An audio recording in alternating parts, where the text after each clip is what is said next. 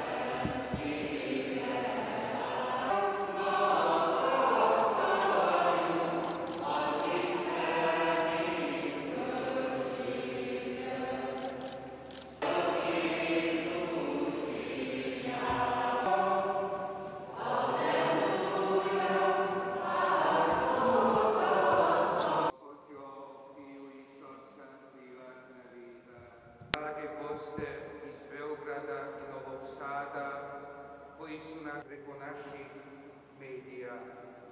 Želim i njima i štuljini i vernika i pakitnjala.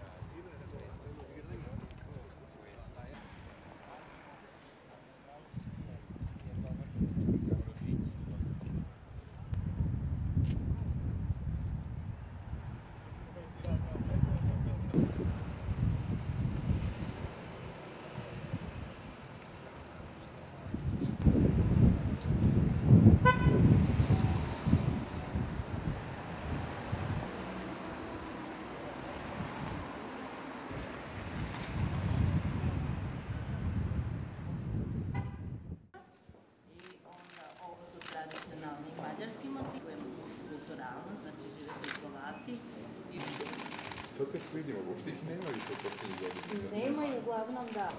Žene rade sa puno ljubavi i ovo su njihove varijacije na temu, evo može i na cvet japanske jabuke da se...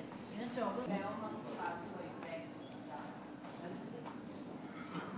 Inače, njihov pomoć je navela i gore toga jeste takođe, Roža je samostalna umetnica, kao što sam vam rekla, radi sa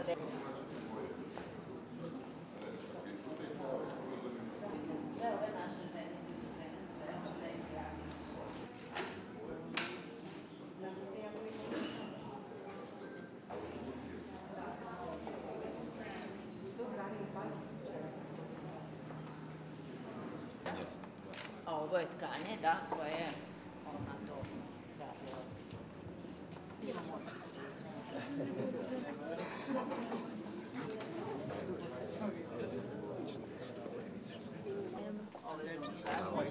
Da, ovo naša detica koja imaju žar života, novi početak, znači da krenemo. Ajde, Savojce. Ide. Uzvoli. Šta sad treba? Ništa mi to... Ma nije, vidi.